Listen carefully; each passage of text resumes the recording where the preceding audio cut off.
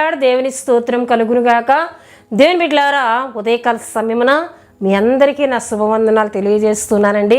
ప్రతి దినం ఈ విధంగా దేవుని వాగ్దానంతో దినమును ప్రారంభించుకునే కృపను ఆయన బిడ్డలమైన మనకు దేవుడిస్తున్న విధానాన్ని బట్టి మనం దేవుని స్తుతించే వారంగా ఉండాలండి. హల్లెలూయా, హల్లెలూయా. ఒక చక్కటి వాగ్దానంతో ప్రతిదినం దేవుడు మనందరితో మాట్లాడుతున్నారు. ప్రార్థనతో దినమును ప్రారంభించుకునే కృపను దేవుడు మనకు అనుగ్రహిస్తూ ఉన్నారండి. హల్లెలూయా. దేవుని బిడ్డలారా, ఈ ఉదయకాలం కూడా ఒక చక్కటి వాగ్దానం ఆయన మనందరికీ ఇస్తున్నారు. ఆ వాగ్దాన వచనమును నేను చదువుతున్నానండి. యెషయా గ్రంథము 61వ అధ్యాయము 7వ వచనమును మనం చదువుకుందాం. దేవుని బిడ్డలారా, మీ అవమానమునకు ప్రతిగా రెట్టింపు ఘనత నొందుదురు, నిందకు ప్రతిగా తాము పొందిన భాగమును అనుభవించి వారు సంతోషింతురు. వారు తమ దేశములో రెట్టింపు భాగమునకు కర్తలగుదురు, నిత్యానందం వారికి కలుగునని దేవుడు తన ప్రజలైన ఇశ్రాయేలుతోనూ యూదులైన వారితో ఆయన మాట్లాడుతున్న వాగ్దానంగా దేవుని యొక్క వాక్యంలో మనం చూస్తున్నాం. ఇశ్రాయేలులు అవమానించబడ్డారు, నిందించబడ్డారు. అయితే మీ అవమానమునకు ప్రతిగా రెట్టింపు ఘనతనిస్తానని, మీరు పొందిన నిందకు ప్రతిగా మీరు పొందిన తాము పొందిన భాగం అనుభవిస్తారని, నిత్యానందం మీకు కలుగుతుందని దేవుడు ఒక మంచి వాగ్దానమును తన ప్రజలైన ఇశ్రాయేలుకు యూదులకు ఇస్తున్నట్లు దేవుని యొక్క వాక్యంలో మనం చూస్తున్నాం. నిజమే దేవుని బిడ్డలారా, ఈ వాగ్దానం దేవుడు ప్రతి ఒక్కరికి ఇస్తూ ఉన్నారు. ఏమిటి అని మనం జ్ఞాపకం చేసుకున్నట్లయితే, మీ అవమానమునకు ప్రతిగా రెట్టింపు ఘనత నొందుదురు. మీ అవమానమునకు ప్రతిగా రెట్టింపు ఘనత నొందుదురని దేవుడు ఉదయకాల సమయంలో మాట్లాడుతూ ఉన్నారు. నిజమే, చాలా సందర్భాల్లో మనం కొన్ని స్థలాల్లో అవమానించబడే పరిస్థితులు ఎదురవుతాయి. మనం చేయని తప్పుకు కూడా అవమానం ఎదుర్కొంటాం, నిందలను ఎదుర్కొంటాం. కానీ ఏ స్థలంలో అయితే అవమానించబడ్డామో, ఏ స్థలంలో అయితే నిందింపబడుతున్నామో, అదే స్థలంలో మనకి రెట్టింపు ఘనతనిచ్చి రెట్టింపు ఆశీర్వాదములు ఇచ్చి నేను ఆశీర్వదిస్తానని దేవుడు మాట్లాడుతున్నారండి. హల్లెలూయా, హల్లెలూయా. దేవుని బిడ్డలారా, దేవుని వాక్యంలో మనం చూసినట్లయితే యోసేపును మనం జ్ఞాపకం చేసుకున్నట్లయితే, దేవుని బిడ్డలారా, యోసేపు తన సహోదరుల్లో చిన్నవాడుగా దేవుని వాక్యంలో మనం చూస్తాం.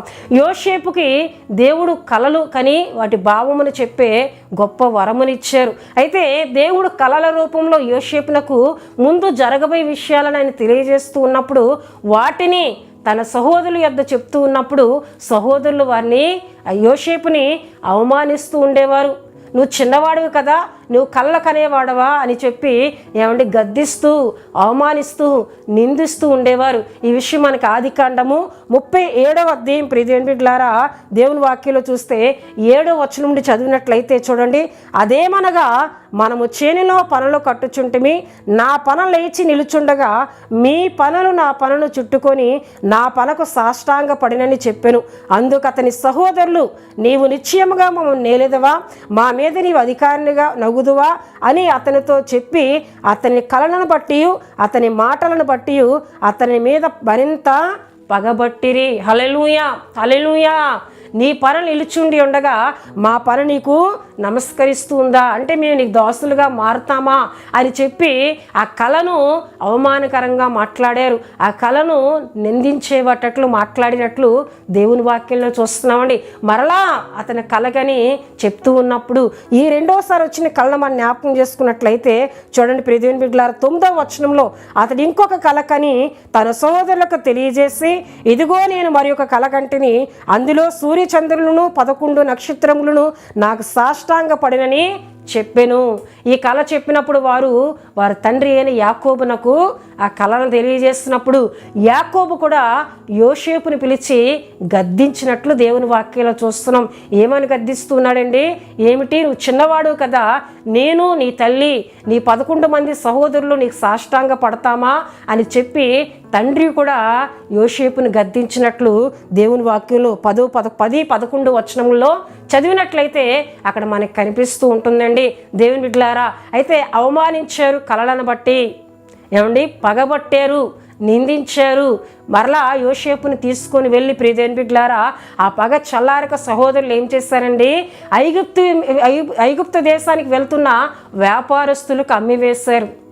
ఐగుప్తు దేశమునకు యోసేపు వ్యాపారస్తులకు అమ్మివేయుట ద్వారా ఐగుప్తు దేశానికి తేబడినట్లు దేవుని వాక్యంలో 26, 27, 28 వచనాల్లో మనకి కనిపిస్తుందండి. ప్రియదేవుని బిడ్డలారా, ఏ ఐగుప్తు దేశమునకైతే యోసేపును అమ్మివేశారో అదే ఐగుప్తు దేశంలో దేవుడు గొప్ప ఘనతను యోసేపునకు కలుగు చేశారు. ఐగుప్తు దేశం మీదే గొప్ప అధికారిగా ప్రియదేవుని బిడ్డలారా గొప్ప ఘనతను దేవుడు యోసేపుకి ఇచ్చినట్లు దేవుని వాక్యంలో మనం చూస్తున్నాం. యోసేపు ఏ కళ అయితే కన్నాడో అదే కళ ఆ రానున్న దినాల్లో యోసేపు ఐగుప్తు దేశంలో రాజుగా ఒక అధికారిగా చేయబడిన తరువాత దేవుని బిడ్డలారా అక్కడ వారి సహోదరులు వారి తండ్రి వచ్చి నమస్కరించినట్లు దేవుని వాక్యంలో మనం చూస్తున్నాం. అవమానించారు, నిందించారు, కానీ యోసేపు యొద్దకు వారు వచ్చినట్లు దేవుని వాక్యంలో మనం చూస్తున్నాం. హల్లెలూయా. దేవుని బిడ్డలారా, మనం అవమానించబడిన స్థలంలో అవమానించబడుతున్న మనుషులే మన యొద్దకు వచ్చి మనల ద్వారా దేవుని మహింపరిచేటట్లు చేసే దేవుడండి. హల్లెలూయా. మీ అవమానమునకు ప్రతిగా రెట్టింపు ఘనతనిస్తానని, నిందకు ప్రతిగా తాము పొందిన భాగమును అనుభవించి వారు సంతోషించుదురు. వారు తమ దేశంలో రెట్టింపు భాగం నాకు కర్తలగుదురు. నిత్యానందం వారి కలుగునని దేవుడు ఉదయకాల సమయంలో వాగ్దానం ద్వారా మాట్లాడుతున్నారు. దేవుని వాక్యంలో మనం చూసినట్లయితే ప్రియదేవుని బిడ్డలారా ఎంతో మందిని ప్రియదేవుని బిడ్డలారా నిందించబడిన స్థలంలోనే దానియేలును మనం చూస్తాం.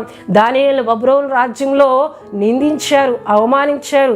అక్కడే గొప్ప ఘనతను దేవుడు కలుగు చేస్తారు. ప్రియదేవుని బిడ్డలారా హల్లెలూయా, హల్లెలూయా. మొర్దెకైను మనం జ్ఞాపకం చేసుకున్నట్లయితే మొర్దెకైను కూడా అవమానించారు. అదే స్థలంలో మొర్దెకైకి కూడా దేవుడు గొప్ప ఘనతనిచ్చినట్లు దేవుని వాక్యంలో మనం చూస్తున్నాం. దేవుడు మాట్లాడుతున్నారు ఉదయకాల సమయంలో అవమానమునకు ప్రతిగా రెట్టింపు ఘనతను నేను మీకు కలుగు చేస్తానని. నువ్వేమైనా ఉద్యోగం చేసే స్థలంలో అవమానించబడుతూ ఉన్నావా? నువ్వేదైనా పని చేసే స్థలంలో అవమానించబడుతూ ఉన్నావా? నిందింపబడుతూ ఉన్నావా? లేక నువ్వు వెళ్ళే కాలేజీలో అవమానించబడుతూ ఉన్నావా? స్కూల్లో చాలామంది పిల్లలు కూడా అవమానించబడుతూ నిందింపబడుతూ ఉంటారు. ఏ స్థలంలో అయితే మీరు నిందించబడుతున్నారో అవమానించబడుతున్నారో అదే స్థలంలో మిమ్మల్ని ఘనపరిచే దేవుడు రెట్టింపు ఘనతను నేను ఇస్తానని ఉదయకాల సమయంలో దేవుడు మాట్లాడుతున్నారు. యోసేపును ఘనపరిచిన దేవుడు, యోసేపు ఘనతను కలుగు చేస్తున్న దేవుడు, అవమానమును నిందను తొలగించిన దేవుడు ఈ ఉదయకాలం మన విషయంలో కూడా అటువంటి గొప్ప కార్యాలు చేస్తానని, నిత్యానందము నేను కలుగు చేస్తానని దేవుడు తన వాగ్దానం ద్వారా మాట్లాడుతున్నారు. కనుక దేవుని బిడ్డలారా ఈ వాగ్దానంలో ఉన్న ప్రతి దీవెన ప్రతి ఆశీర్వాదం పొందుకుందాం. ఈ ఉదయకాలం ఈ వాగ్దానం చూచి దేవుని సన్నిధిలో ప్రార్థన చేసి ఆ వాగ్దానంలో ప్రతి దీవెన కొరకు మనం ప్రార్థన చేద్దాం. దేవుడు తన వాగ్దాన మాటలను దీవించునుగాక. దేవుని బిడ్డలారా మీ అందరి కొరకు నేను ప్రార్థిస్తున్నాను. ప్రతి ఒక్కరూ కండ్లు మూసుకొని తల వంచి ప్రార్థనలో నాతో ఏకీభవించాలని ప్రభుపేట తెలియజేస్తూ ఉన్నానండి. మహాపరిశుద్ధుడా, ప్రేమ కలిగిన తండ్రి, కృప కలిగిన యేసయ్యా నీకు స్తోత్రములు చెల్లిస్తున్నాను నాయన. ఉదయకాలం చక్కటి వాగ్దానంతో మా అందరితో మీరు మాట్లాడుతున్నారు. మీ అవమానమునకు ప్రతిగా రెట్టింపు ఘనతనిస్తానని, నిందకు ప్రతిగా రెట్టింపు భాగమును అనుభవించి సంతోషిస్తామని, ప్రభా నిత్యానందం కలుగు చేస్తానని మీరు మాట్లాడుతున్నారు. నీకు వందనాలు అయ్యా. అవమానములు నీ కొరకు మేము జీవిస్తూ ఉన్నప్పుడు, నీ వాక్యం పట్టుకొని మేము బ్రతుకుతున్నప్పుడు, అయ్యా నీతిగా మేము బ్రతుకుతున్నప్పుడు మాకు అవమానములు ఎదురవుతాయి, నిందలు ఎదురవుతాయి. అయితే అదే స్థలములో రెట్టింపు ఘనతనిస్తానని, నిత్యానందమును కలుగు చేస్తానని మీరు మాట్లాడుతున్నారు. ఈ మాటలు విన్న ప్రతి ఒక్కరిలో విశ్వాసం కలుగు చేయండి. అవమానములకు నిందలకు కృంగిపోక ఇగో నన్ను ఘనపరచువాడు, నాకు ఘనతను కలుగు చేసే దేవుడు నాతో ఉన్నారని విశ్వాసంతో ముందుకు వెళ్ళే కృప ఈ వాగ్దాన మాటలను బిడ్డలందరికీ దయచేయమని ప్రార్థిస్తూ ఉన్నాను. తండ్రి నీకు వందనాలు. దినమంతా నీ కృప, మీ కాపుదల, మీ సంరక్షణ తోడు నీ బిడ్డలకు దయచేయండి. రాకపోకల్లో మీ కాపుదల, మీ సన్నిధిని తోడుగా ఉంచండి. ఎవరైనా బలహీనంగా ఉన్నట్లయితే ముట్టి స్వస్థపరచండి. ప్రతి ఒక్కరు ఆరోగ్యములపై నీ కృప ఉంచండి. ఎవరైనా ఏదైనా కార్యాలు పూనుకుంటే మీరు తోడుగా ఉండండి ప్రభువా. వారికి మీ సహాయమును కలుగు చేయమని ప్రార్థిస్తున్నాను. దినమంతా నీ కృప తోడుగా ఉంచమని, అపవాది క్రియలు ఎవరి మీద పని చేయకుండా వాడి క్రియలు యేసు నామములో లయపరిచి నిబడలేని వారందరి చుట్టూ నీ కాపుదల, మీ సన్నిధి ఉదయకాలం మొదలుకొని దినమంతా ఉంచి నడిపించమని యేసు నామములో అడుగుచున్నాం తండ్రి. ఆమేన్. యేసు రక్తమే జయం, ప్రభుయేసు రక్తమే జయం. ప్రభుయేసు రక్తం సంపూర్ణమైనది. అపవాది క్రియలకు అనంత నాశనం కలుగునుగాక. ఆమేన్, ఆమేన్, ఆమేన్. దేవుడు మిమ్ములను మీ కుటుంబములను బహుగా దీవించునుగాక. ఆమేన్.